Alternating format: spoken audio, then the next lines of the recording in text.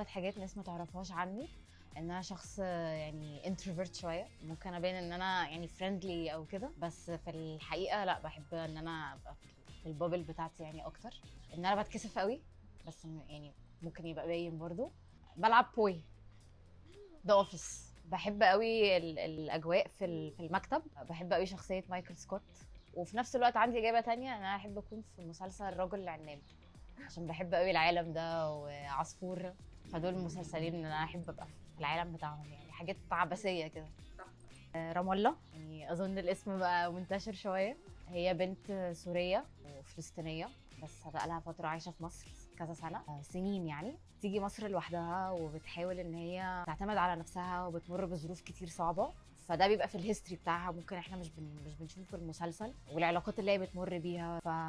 فاحنا بنبدا المسلسل بقى بنشوفها ان هي بتيجي مكتب اميني نجار اللي هي غادة عادل، بتحاول تقدم على فرصه تدريب، وهي نفسها تبقى محاميه، ونفسها ان هي تبقى بتساعد اللاجئين. تحاول ان هي تكسب الخبره دي، يعني المحاماه والتدريب وكده، وتفهم اكتر العالم ده. تشوف بقى ان هي شخص متردد في حاجات كتير، الشخص اللي مش بيعرف يقول لا، الشخص واثقه في نفسها، بس في نفس الوقت زي اي بنت هتبقى عايزه تكرار اكتر، او تحس ان هي مسنوده على حد. فبتبدا بقى الاختيارات ممكن ما تبقاش احسن حاجه. انا فاهمه البنت دي بتعمل كده ليه، يعني ما كنتش بحكم لما اجي اقرا سكريبت او ابص على شخصيه جديده عشان ابقى بحكم عليها، لانه انا هبقى الشخصيه دي، مش اللي هو انا رام الله ورام الله انا بس، انا بتعامل ان هي الشخصيه دي، فانا لازم ابقى ببرر، يعني بدي مبررات لكل حاجه هي بتعملها. فما ينفعش ابقى بحكم عليها، لانه ده اللي هيحصل من الجمهور، سواء بحاجه ايجابيه او سلبيه. فاول انطباع ليا كان انا فاهمه قوي البنت دي عدت بايه، فقادره افهم الاختيارات بتاعتها حتى لو هي بتعك في حاجات او بتغلط او كده. وكان عاجبني قوي ان هي مش شخصيه مثاليه،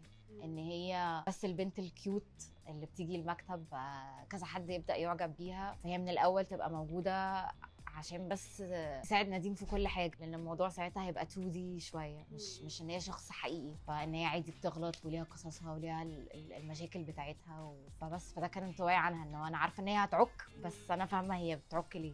في لايرز كتير قوي في الدور، ومع كل شخصيه بيبان حاجه منها. برضو المعادله ما بين اللي هو امتى هبقى بتكلم سوري او امتى هتكلم مصري، فدي برضو ظبطتها. مع هي برضو مش عايزه تبقى بتتكلم سوري عشان بتحاول تفت ان اكتر. الباك جراوند بتاعي انا، يعني ان انا اصلا سوريه، مامتي وبابايا سوريين واهلي كلهم سوريين، بس انا اتولدت هنا وعشت حياتي كلها، فعارفه المعاناه دي، او عارفه يعني انا عشت حياتي كلها هنا، ما اضطريتش ان انا هاجر او اروح بلد تانية او كده، بس ده حصل مع اهلي.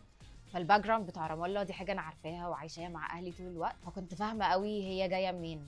واكسبيرينسز عادي بقى، ان انت تبداي شغل جديد تحاولي تثبتي نفسك، سواء انا في المجال ده او في حاجات قبل كده كنت بشتغلها. احساس ان انت تبداي من الاول، طب انا عايزه اثبت نفسي، هكافح ازاي، الحاجات دي كلها. هو رام الله يعني حاسه اكتر دور كنت كونكتد قوي كده معاه، يعني نفسي ابقى بعمل ادوار، يعني انا مش فكره ان دور شخصيه معينه انا متخيلاها، بس اللي بيهمني قوي ان الدور يبقى مكتوب بشكل حلو، ان يبقى فيه تفاصيل كتير.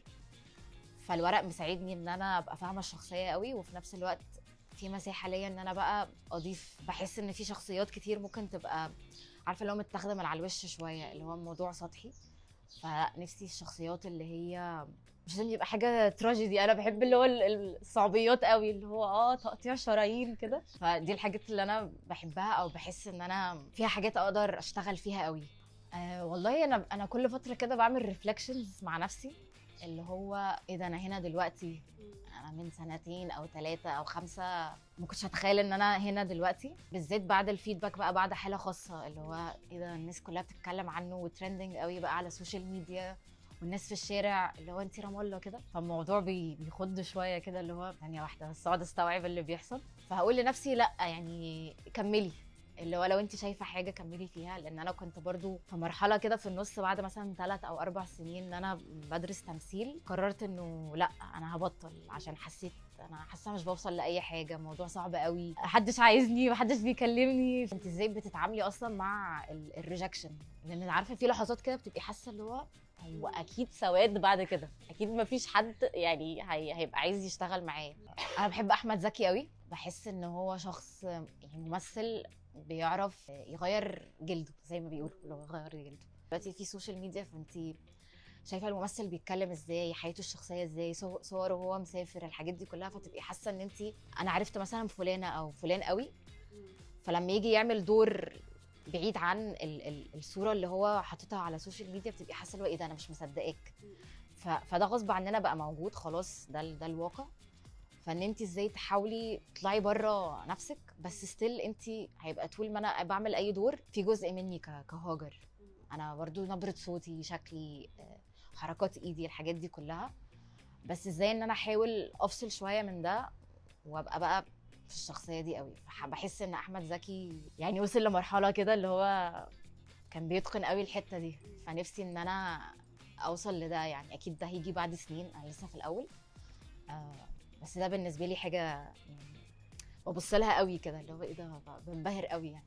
ببقى عايزه، اللي هو نفسي ابقى كده. عارفه اللي هو التمثيل في العين، اللي هو العين بتعبر عن كل حاجه. عايزين حاجات كتير قوي. بصي، عايزين حاجات كتير بس هي بسيطه. انا برضو مش هتكلم نيابه عن الستات كلها، لان انا مش في المنصب ده. بس بحس ان احنا كستات بنبقى عايزين نحس بالامان. فتبقي حاسه بس ان انت واثقه من نفسك كده، والحاجات اللي انت بتعمليها مش هتروح على الفاضي، ونبقى حاسين بالدعم.